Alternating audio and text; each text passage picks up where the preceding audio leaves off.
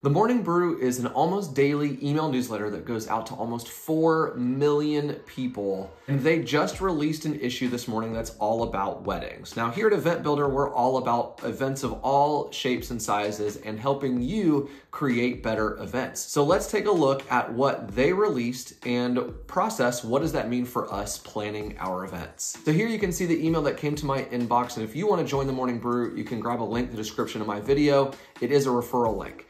And when you sign up, they're not just about events, it's just more about news that's happening in the world, but this is a special edition about weddings. One of the things that they talk about in this issue is about how weddings are just indicative of what's happening in the culture. And one of the things that they did is they took a look at some of the statistics that a wedding website called The Knot has released, and they brought forward some of the popular trends. One of the trends is that people are starting to buy diamonds that are lab grown versus diamonds that are mined in a mine.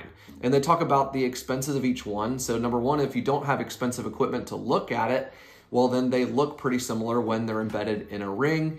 And so people are actually able to save cost because the diamond that they have, for example, a 1 carat lab grown diamond went for $1,430 this year, which was a lab-grown one, whereas one that was mined, like it came out of the ground, went for $5,635 according to the Wall Street Journal. The other trend that they found from The Knot is that, number one, couples are choosing a site within 30 miles of where they live. So if you're an event planner, that might be something to pay attention to. Ask your couple, hey, where are you willing to go for something along these lines? And if you're trying to find more business, you should be trying to go local. And then the other thing that they highlighted in this is that for the first time ever, barns/farms are tied with banquet halls as the most popular wedding venue. So knowing this as event planners, if you're on the corporate event side or maybe on the private event side and you're not doing weddings, maybe you should look at the banquet halls because those might have a little bit more availability because of the popularity of barns for weddings. And if you are on the wedding planning side, then maybe you should be looking further ahead because these barns and these farms are starting to book up more and more and more. And the third trend that is increasing according to the Morning Brew is that wedding couples are starting to have more signature cocktails. Now, what does this mean for us? It means that if we are planning weddings, we can be ready to have that be a part of the thing that we need to coordinate with the vendors, with the bartenders, with the venue, and with the couple, is we need to make sure to have that on our radar. And number two is maybe this is a trend that we can take into a corporate or a private or a nonprofit event of a signature cocktail. Maybe it's related to the theme of the event. Maybe it's related to the purpose of the event. Maybe it's related to our company who is our client. Now, the next section right underneath that were things that were heading in a downward trend cycle. So things that are heading in a downward trend are custom merchandise. People are starting to realize that, well, it might be a waste of money. It might be a waste on the environment to buy certain things like koozies with your name and wedding date on it. So these wedding favors, it says, are heading straight to the trash can, so we might as well not even spend money on them, right? The second thing that is trending downwards are wedding hashtags, so we can be aware of that if we are helping a couple with a wedding, making sure to pay attention more so to other things rather than focusing on the social media aspect. And then number three is affordability is decreasing, meaning that weddings are becoming more expensive. The wedding, they ran a poll and they found that 52% of people said that wedding favors, so the little gifts that you can give to people as they leave, are fun if they're actually good, and 48% said they are a total waste of money. So if we are planning a wedding on behalf of someone else, or if we're planning a wedding, if you're planning a wedding yourself, keep that in mind that almost half your guests are thinking it's a waste of money, so you can spend your money elsewhere. The second poll question that they highlighted was about having weed available at a wedding reception. And 84% of the population said that's a bad idea. Something to keep in mind. The third poll question that they highlighted was about using Venmo to give wedding cash and wedding gifts for the bride and the groom. And 56% of people said it is impersonal and 44% said it's convenient and perfectly fine. So with our wedding guests, we can offer that because some people think it's perfectly fine, almost half. So why not go ahead and offer it? The fourth poll that they highlighted was about whether or not to read wedding vows off of your phone or off of, I guess, a printed piece of paper. And so the poll suggests that 81% believe that reading off your phone is impersonal. So just go ahead and print it out. The fifth poll that they ran and highlighted is about wedding weekends. So stretching a wedding out over the course of a weekend. And 54% said that these are fun for everyone. And half of 46%, so again, almost half, are saying, please stop this because I want my weekends back. The sixth poll that they ran was about having food trucks at the wedding. So 58% said this is a good time and 42% say that this sucks because the food takes way too long. I can tell you from personal experience that I have been at plenty of conferences and events and yes, weddings where there are food trucks and they do take a lot longer than having a simple buffet. So if I were you, looking at these statistics, so 42% say it takes way too long, they're not as good, I would say let's just go ahead and spend our money on the buffet so that people actually enjoy it rather than upsetting half of my guests. The number 7 poll that they ran was about line dances, and 55% say it's a great way to get everyone on the dance floor, and 45% said they're horrible for everyone. I think that this is a bad take, and that the population that are saying this is not good, well, you just don't know what it's like to be the DJ, be the MC, and try to get everyone on the dance floor. If sometimes it works just to play a popular song, that is not a line dance. And unless you have a great DJ that has tips and tricks up their sleeve, playing a simple line dance is a great way to get the dance floor going again. The 8th poll that they ran was about offering a drink during the ceremony. And 56% think it's a bad idea, 44% think it's thoughtful.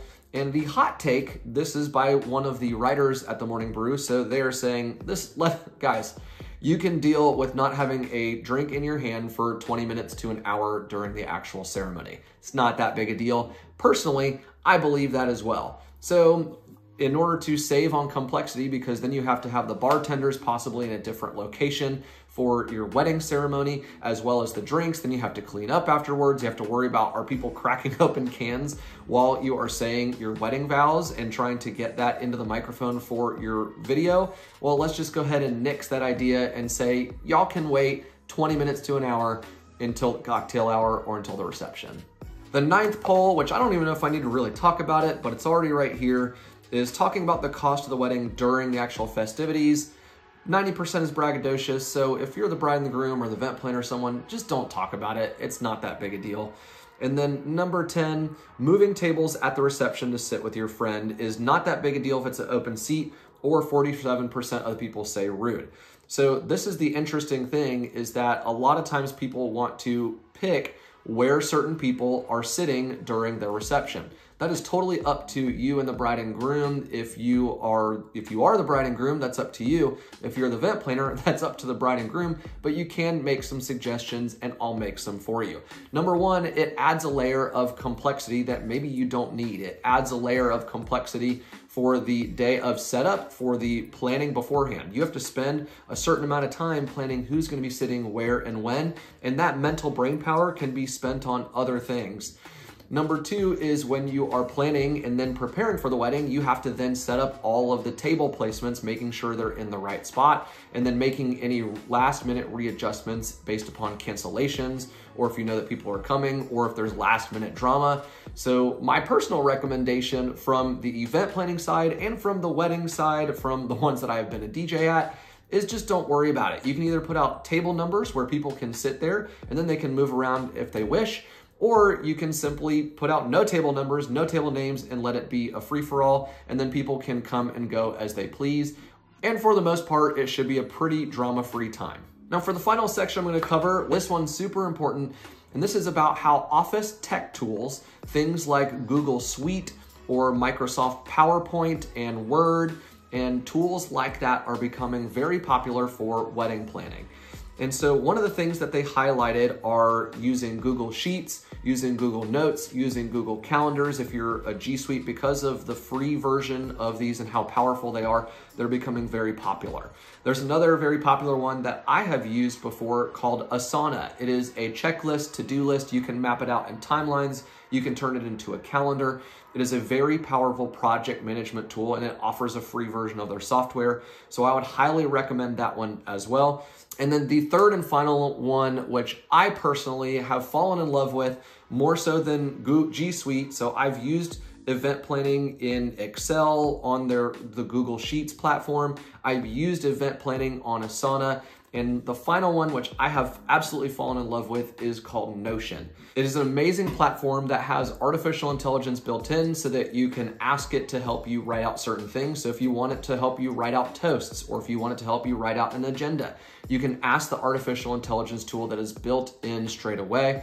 Not only that, but it also has the ability to customize and move things around, and it keeps everything into one tab. So rather than opening up 50 million Google tabs on your Google Chrome because you're logged in and you've got to have one for the sheets and you've got to move here and where does it go, you can keep everything under one easy to use template.